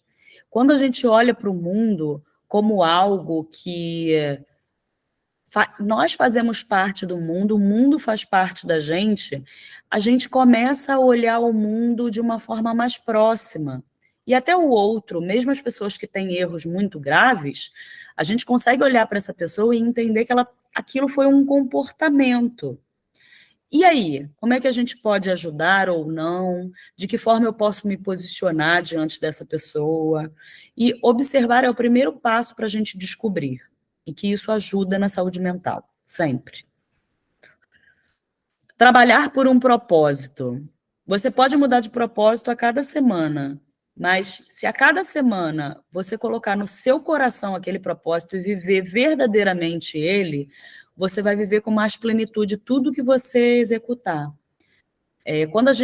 Por exemplo, quando a gente está num trabalho e a gente está muito cansado daquele trabalho, a gente começa a esquecer o que levou a gente até a escolher aquela profissão, a escolher aquela atividade laboral. E quando a gente, agora falando de um outro caso, que também acontece muito, quando a gente está num trabalho que foi o que tinha, era o que era necessário para a nossa sobrevivência, aí a gente volta descobrir algo sobre si e algo sobre o mundo. A gente começa a olhar para esse trabalho, tentar descobrir o que faz sentido para a gente desse trabalho. Nem todos nós, nem no mundo, eu acho que somos privilegiados os que conseguimos trabalhar com o que a gente escolheu. Existem muitas pessoas que trabalham em outros trabalhos, em outros empregos, que não foi a profissão que escolheu, e que, diante disso, precisa, sim, encontrar o que faz sentido dentro daquela profissão, que seria encontrar um propósito naquela profissão, né? Encontrar com os amigos com frequência. Existem milhares de estudos que mostram que ter amigos é um pilar essencial para uma boa saúde mental. Dentro do processo de amizade, a gente passa por todas as situações que são necessárias até para a gente exercitar a nossa saúde mental. Com os amigos, a gente fala coisas bobas do dia a dia, a gente tem mais espaço com os amigos para falar as coisas que a gente sente que não são tão boas assim, e que tudo isso a gente já sabe que é importante. Então, esses estudos mostram que ter amigos é favorável à saúde mental. Nomear e identificar suas emoções. Às vezes a gente sente algumas coisas que a gente não sabe muito bem por que a gente está sentindo, o que é aquilo, né? Voltando, desculpa, Lucas, pegando você de novo, o seu exemplo.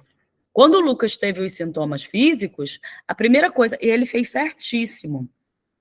E quando chega, por exemplo, um paciente no consultório para mim com determinados sintomas, mesmo eu identificando dentro do processo dele que claramente é algo que vem da parte emocional dele, eu sempre indico que ele faça os exames necessários para a gente excluir questões físicas.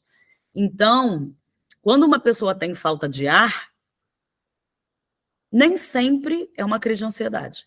A pessoa pode estar realmente com um problema de asma, sei lá, né? Assim, falando qualquer coisa que tenha a ver com a parte respiratória. Mas, assim, é sempre importante que a gente olhe a parte física. Por quê? Porque é muito mais fácil a gente identificar na parte física. Ah, eu tô com dor de barriga. Toda vez que eu saio de casa, eu sinto dor de barriga. Pode ter a ver com seu hábito alimentar e na hora que você sai de casa, você sente a dor de barriga porque você está com uma gastrite ou alguma coisa assim. Ou pode ser uma ansiedade na hora que você sai de casa. Pode ser um transtorno de agorafobia, que você não está conseguindo, no início, né? Porque quando fica muito agravada, a pessoa realmente não consegue sair de casa. Mas o início de uma agorafobia que quando você sai, dá um excesso de ansiedade, de estresse no seu organismo que gera uma dor abdominal. Só que como é que eu vou falar isso imediatamente? Não, eu vou lá, eu vou identificar a parte física. Não é nada físico. Então, aí, da onde isso está vindo? Por que eu estou sentindo isso? O que faz sentido ou não? E aí a gente vai aprendendo a nomear as coisas que a gente sente. Não é tão fácil quanto parece, viu? Dar significado para as experiências vividas. Eu acho essa a parte muito legal e interessante. Por quê? Porque a gente tem um contrato com a certeza, né? A gente acha que a gente tem que ter certeza do significado que a gente dá para as experiências vividas, e não é bem assim. E quando eu falo isso, eu falo mesmo das situações negativas, porque eu sou adepta do aprendizado. Então, eu acho que tudo, e aí eu estou falando tudo mesmo, tudo que acontece na minha vida, Catiane, isso é uma crença minha, tudo que acontece na minha vida é o melhor que poderia acontecer. Isso não quer dizer que eu não tenha sofrimentos, mas quando eu tenho sofrimentos, eu entendo que aquele sofrimento era o melhor que podia acontecer para que eu pudesse experimentar a sensação e o aprendizado que aquela coisa que não foi boa poderia trazer para mim. E assim, poder fazer com que eu seja o melhor para o mundo que eu vivo. Isso é uma crença minha, mas que no final das contas tem a ver com dar significado à experiência vivida. Quando você olha para uma coisa que você vive e fala, isso foi horrível. Como assim? Né? Foi horrível por quê? O que isso traz para você? Por que isso aconteceu com você, logo com você? Sabe aquele questionamento que às vezes a gente faz? Logo eu, o que eu fiz para merecer isso? Exatamente, essa é a pergunta que você vai fazer. Só que você vai fazer você dando a resposta. Logo eu, o que eu fiz para merecer isso? E aí você vai ter que responder. E aí você vai trazer qual que é a resposta. E a mesma coisa que eu falei anteriormente, sobre o propósito, na semana que vem você pode dar outro significado para a sua experiência vivida, mas dê o significado, porque isso contribui imensamente para uma boa saúde mental. Curta passar um tempo com você mesmo. Ao longo do processo, a gente vai começando a estar mais feliz em estar só em nossa companhia. Estar em silêncio, estar pensando os nossos pensamentos e pronto, fazer coisas que nos fazem bem. Porque ao longo do nosso processo de identificação, de autoconhecimento, a gente começa a identificar coisas que a gente gosta E não precisa de mais ninguém ao nosso lado. Então, assim, é também importante a gente saber o que é bom de fazer sozinho. Vale a pena? Não vale? Por exemplo, eu gosto de viajar sozinha. Aí, esse final de ano, um amigo meu falou, eu queria tanto ir para Andorra, mas, não vou não. Eu falei, por que você não vai? Aí ele falou, companhia. Aí eu falei, tá uma vergonha na cara, um garoto de 30 e poucos anos, nasceu agarrado com alguém, o que está acontecendo? Brinquei com ele, dei uma bronquinha, mas brincando. E não é que ele foi lá, comprou a passagem e foi sozinho? E ele falou, eu nunca tinha viajado sozinho. E ele foi, e ele disse que adorou. Então, assim, talvez, ele tendo experimentado isso, ele vai fazer outras vezes. E vai começar a usar isso para ter um tempo ele com ele mesmo. Ou não. Ou ele pode voltar e falar assim, foi ótimo viajar sozinho dessa vez, mas não quero mais. Pronto. Mas o que ele pode fazer sozinho? Né? Ele pode ver uma série sozinho? Ele pode ler um livro? Ele pode ficar igual a nossa personagem ali, sentado escutando uma música, feliz e contente? Pode. Isso é uma escolha pessoal. E, de novo, não tem certo e errado. Cuidar do corpo. Cuidar do corpo, fazer uma atividade física, ele é muito importante quando a gente está bem e quando a gente não está bem. O ponto que eu sempre trago e que é de extrema importância, quando a gente está fazendo uma atividade física, é um momento onde tem muito mais probabilidade da gente conseguir estar presente no aqui e agora. Porque se você vai para um ginásio, se você vai para uma academia, pega um peso num aparelho e não está prestando atenção, você pode se machucar. Se você vai fazer um trilho, uma trilha por aí, no meio do mato, e não está olhando para o chão, você pode tropeçar. Então, a maioria das atividades físicas exigem da gente a nossa presença no aqui e agora. E estar no aqui e agora é um dos pontos, dos pilares de uma boa saúde mental.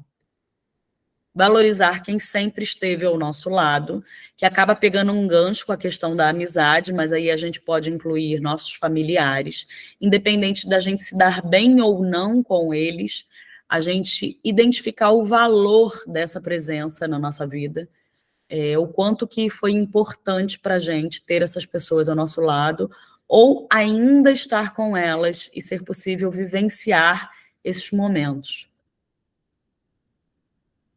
Identificar que os momentos negativos, eles também passam. A gente experimenta as situações, as emoções. Nós não somos as situações e nem as emoções.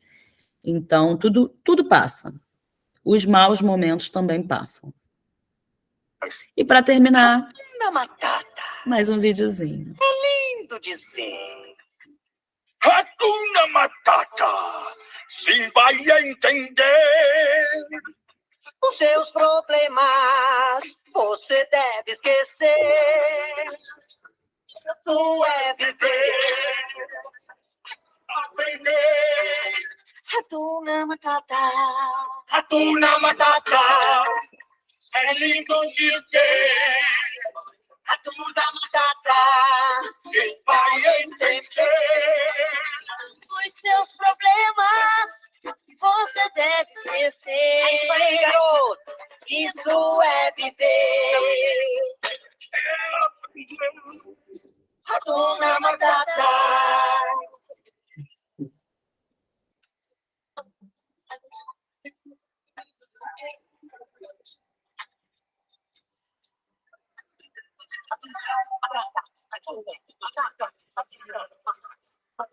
Seus problemas você deve esquecer.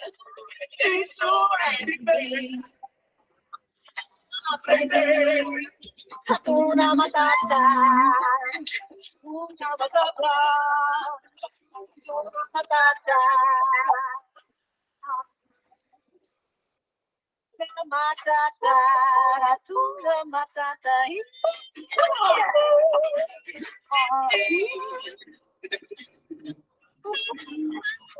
Eu ouvi o barulhinho de novo, gente.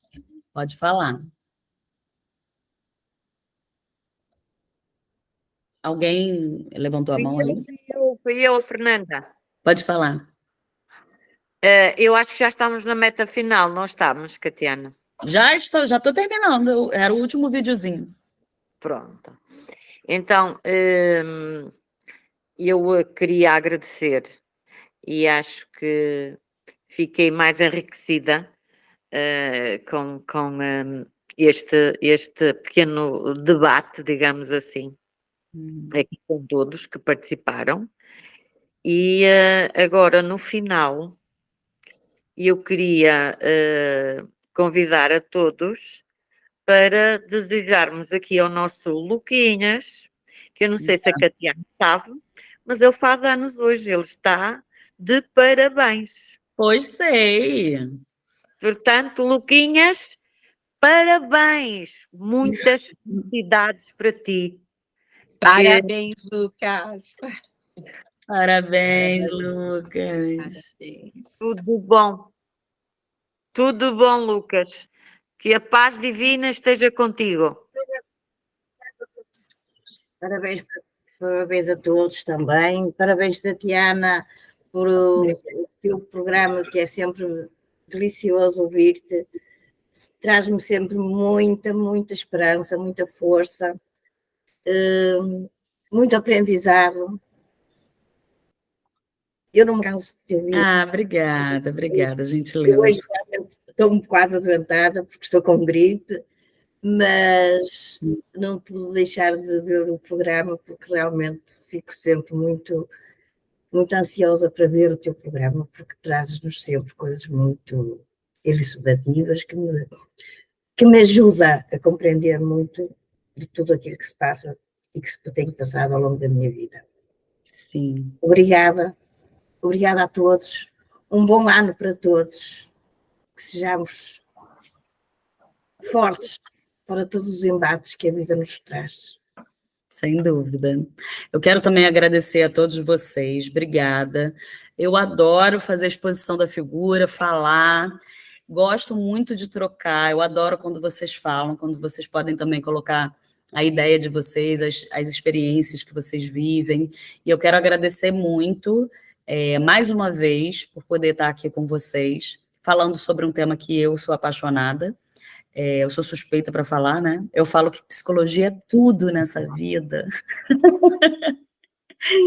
Mas, enfim, por isso eu sou suspeita, né? Porque para mim é algo apaixonante. O ser humano é algo muito bonito, mesmo não sendo bonito alguns comportamentos. Nós, enquanto seres humanos, somos ricos.